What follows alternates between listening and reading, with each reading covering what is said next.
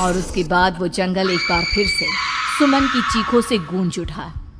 लेकिन आज की रात सुमन की चीखों को सुनने वाला वहां पर कोई भी नहीं था।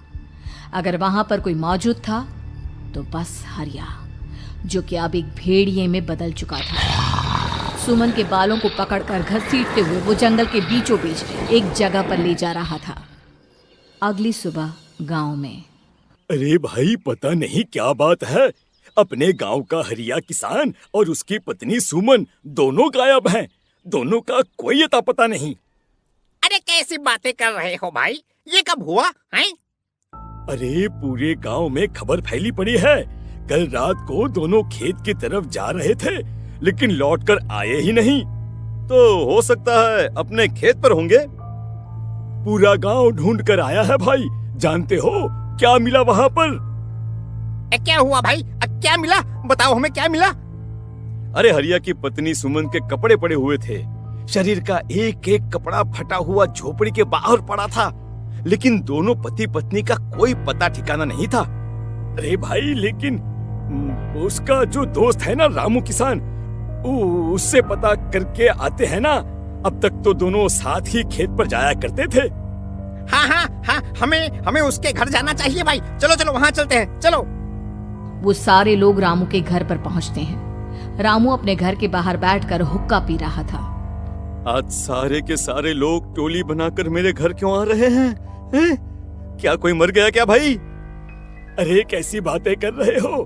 तुम्हारा सबसे अच्छा दोस्त हरिया और उसकी पत्नी गायब है और तुम यहाँ बैठकर हुक्का पिए जा रहे हो हैं? रामू ने अजीब सी नजरों से उन सब गांव वालों की तरफ देखा, जिसकी वजह से वो लोग एक बार के लिए डर गए। गायब है?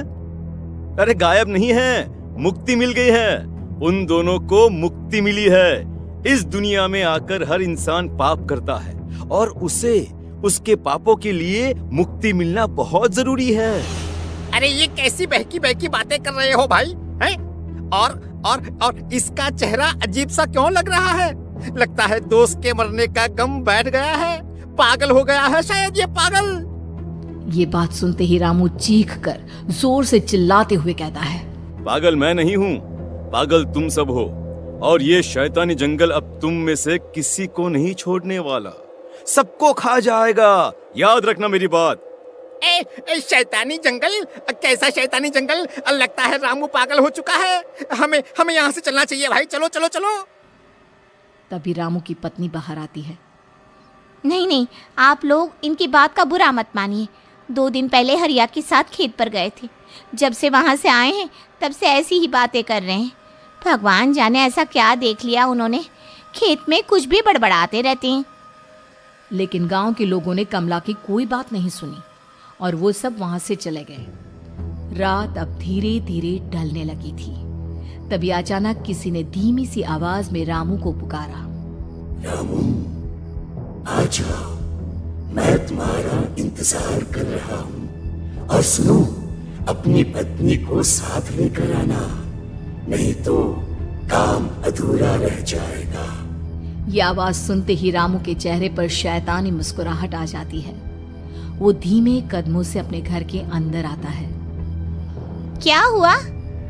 तबीयत ठीक है ना अब आपकी? मैं तुझे अपने साथ खेत पर ले जाने आया हूँ, चल। मैं तुम्हारे साथ कहीं नहीं जाने वाली। मुन्ना गहरी नींद में सो रहा है और उसे अकेला छोड़कर मैं तुम्हारे साथ खेत पर नहीं आ सकती।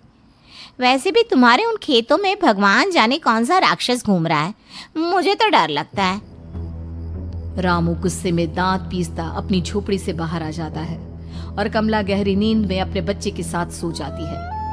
तभी अचानक रात को रामू की झोपड़ी के ऊपर एक साया वही गाना गुनगुनाते हुए घूमने लगता है जो हरिया के मोबाइल में बजा करता था। मैं मौत मौत जो पसरी है चारों ओर, जो आएगी कहीं से भी निगल जाएगी सबको। मैं मौत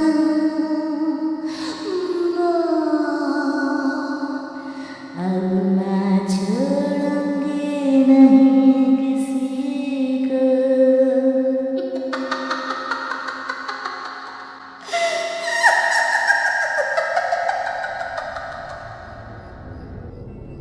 ये आवाज सुनकर रामू की पत्नी कमला की आंख खुलती है और वो देखती है कि उसका मुन्ना अपनी जगह से गायब था। कमला चीखते हुए बाहर दौड़ कर आती है। वहां पर उसने देखा कि रामू ने अपने बच्चे को झोपड़ी के बाहर एक पेड़ से उल्टा लटकाया हुआ था और उसका बच्चा चीख चीख कर रो रहा था। वहीं दूसरी तरफ एक साया बच्चे के ठीक नीचे आग जलाकर उसके चारों तरफ हैवानों की तरफ नाच रहा था। छोड़ दो मेरे बच्चे को। अरे क्या कर रहे हो तुम? शर्म नहीं आती तुम्हें? अपने ही बच्चे को इस तरह मौत के हवाले करते हुए। अपना बच्चा? किसने कहा ये मेरा बच्चा है? अरे ये तो उस रामू की औलाद है, इस गांव के किसान रामू की, और मेरी दुश्मनी इस गांव के हर इंसान के साथ है। क्या? कैसी बात कर रहे हो तुम? और ये औरत कौन है? ये मेरे बच्चे को खा जाएगी। तभी अचानक से उस साया ने एक बेहद खतरनाक दिखने वाली औरत का रूप ले लिया और उसकी आंखों से आग निकल रही थी। सही पहचाना तूने। मैं तेरे बच्चे को खा जाऊंगी। अगर तू अपनी इस हैवान पति रामू के साथ जंगल नहीं आई, तो मैं तेरे बच्चे को खा जाऊंगी। लेकिन क्यों? आखिर क्या चाहती हो तुम मुझसे? मुझे जंगल क्यों ले जाना चाहती हो? औरत बुरी तरह से ठहाके मार मार कर जोर जोर से हंसने लगी और साथ में रामू भी। ये तो तुझे वहाँ चलने के बाद ही पता चलेगा ना। अगर तू नहीं आई तो थोड़ी देर में तेरा ये बच्चा आग में जलकर मर जाएगा। चल जल्दी। नहीं, मेरे बच्चे को छोड़ दो। तुम जहाँ कहोगे मैं तुम्हारे साथ चलने के लिए तैयार हूँ। और उसके बाद उस बच्चे को झोपड़ी में लिटाकर आगे आगे वो साया चल रहा था और उसके पीछे पीछे रामू अपनी पत्नी के बाल पकड़कर उसे घसीटते हुए जंगल की तरफ ले गया। जंगल में जाने के बाद, कितनी खूबसूरत हो तुम। आज की रात बस तुम और मैं एक दूसरे के साथ रहेंगे। मुझे तुमसे बहुत डर लग रहा है। तुम्हें क्या हो गया है? तुम तो बिल्कुल ठीक थे। वो होगा जो हमारे बीच होना चाहिए। तो आओ अपने आप को मेरे हवाले कर दो। कमला ने डर की वजह से अपनी दोनों आंखें कसकर बंद कर ली थी। रामू ने बुरी तरह से चीख कर कमला से कहा, आंखें खोलो अपनी और मेरी तरफ देखो। कमला ने जैसे ही अपनी आंखें खोली उसने देखा कि रामू एक खतरनाक खूनी हैवान में बदल चुका था।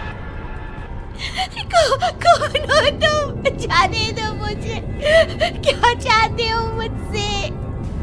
वही जो एक आदमी एक औरत से चाहता है। मैं तुम्हारा पति रामू नहीं, बल्कि इस जंगल का एक भेड़िया हूँ, और आज की रात तुम्हारे खून से अपनी प्यास बुझा जाऊं। और उसके बाद वो जंगल कमला की दर्दनाक चीखों से गूंज उठा।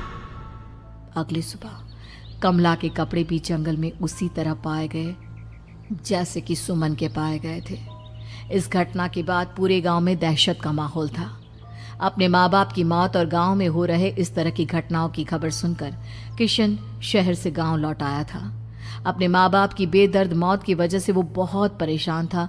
तभी अचानक उसे अपने घर में खाट के नीचे पड़ा हुआ वो मोबाइल फोन मिला जो उसने अपने पापा हरिया को गिफ्ट किया था। अरे कितने प्यार से पापा के लिए मोबाइल फोन लेकर आया था। इसे एक दिन भी काम में नहीं ले पाए। और आखिर कौन है जो गांव में इस तरह की हत्याएं कर रहा है? क्या है इन सब के पीछे? क्या है? मुझे पता करना ही होगा, वरना एक दिन पूरा का पूरा गांव खाली हो जाएगा। इस गांव में एक भी जिंदा इंसान नहीं बचेगा। गांव के लोगों की मदद करने के इरादे से किशन अपने गांव से दूर एक दूसरे गांव में बहुत बड़े तांत्रिक के पास मिलने के लिए गया। तांत्रिक बाबा, अब आप ही कुछ उपाय बता सकते हैं। भगवान जाने हमारे गांव को किसकी नजर लग गई है। नजर नहीं लगी है, किसी ने तुम्हारे गांव को बद्दुआ दी है। किसी सताई हुई आत्मा का प्रकोप है और अब वो पूरे गांव में किसी को नहीं छोड़ेगी जब तक उसकी आत्मा को शांति नहीं मिल जाती। अरे लेकिन ऐसा कौन है बाबा? किसकी आत्मा है और कैसे मिलेगी उसे शांति? मौत है, मौत कहीं से भी आएगी और सबको निगल जाएगी। इससे बचने का सिर्फ एक ही उपाय है, लेकिन उस उपाय को करना आसान नहीं होगा। जो भी उस उपाय को करने की कोशिश करेगा उसकी जान जा सकती है। भले ही मेरी जान चली जाए, लेकिन मैं अपने गांव के लोगों की जान बचाने की पूरी कोशिश करूंगा बाबा। तो ठीक है फिर, अगली अमावस की रात जैसा मैं कहता हूँ वैसा ही करना। अमावस की रात तांत्रिक के बताए अनुसार किशन अपने साथ केरोसिन लेकर जंगल की तरफ चल पड़ा। उसके हाथ में देवी के मंदिर का सिंदूर भी था। किशन जंगल के बीचों बीच पहुंचा। ये देखकर उसकी आंखें फटी की फटी रह गई। वहां एक उबलते पानी का तालाब था और कई लोगों की लाश लटक रही थी। किशन के माँ बाप की लाश भी वहीं थी। माँ, बापू, क्या हो गया? ये क्या हो गया? तभी वहां पर एक औरत और आदमी आते हैं। उन्हें देखकर किशन चौंक जाता है। गोपाल काका, आपकी तो 5 साल पहले मौत हो गई थी। और निर्मला काकी, आप? हाँ, मौत तो हो गई थी, लेकिन तुम ये नहीं जानते कि हमारी मौत कैसे हुई थी। क्या कहना चाहते हैं आप? कुछ नहीं, बस ये जान लो कि अब इस गांव में कोई जिंदा नहीं बचेगा। लेकिन क्यों काकी? क्योंकि 5 साल पहले इन गांव वालों ने मुझे डायन बताकर पत्थर मार मार के मार डाला। मेरी कोई गलती नहीं थी। गांव का एक बच्चा क्या लापता हुआ, सारा इल्जाम मेरी पत्नी पे डाल दिया। और जब मैंने निर्मला की जान बचाने की कोशिश की तो मुझे भी मार डाला। आपके साथ ये बहुत गलत हुआ काकी, लेकिन आप जो कर रहे हैं वो भी सही नहीं है ना? तुम यहाँ से चले जाओ वरना तुम भी नहीं बचोगे। हमारी आत्मा पिछले 5 साल से मुक्ति के लिए भटक रही है। चले जाओ यहाँ से। मौका देखकर किशन सिंदूर उन दोनों के ऊपर डाल देता है। उनका शरीर जलने लगता है और वो भयानक तरीके से चिल्लाने लगते हैं। अगले ही पल किशन उनके ऊपर केरोसिन डाल देता है और वो दोनों जल जाते हैं। किशन अपने माँ बाप और दूसरी लाशों का अंतिम संस्कार करवाता है और अपने घर लौट आता है। लेकिन वो अभी भी इस बात से अनजान है कि मोबाइल अभी भी बज रहा था। मैं मौत हूँ।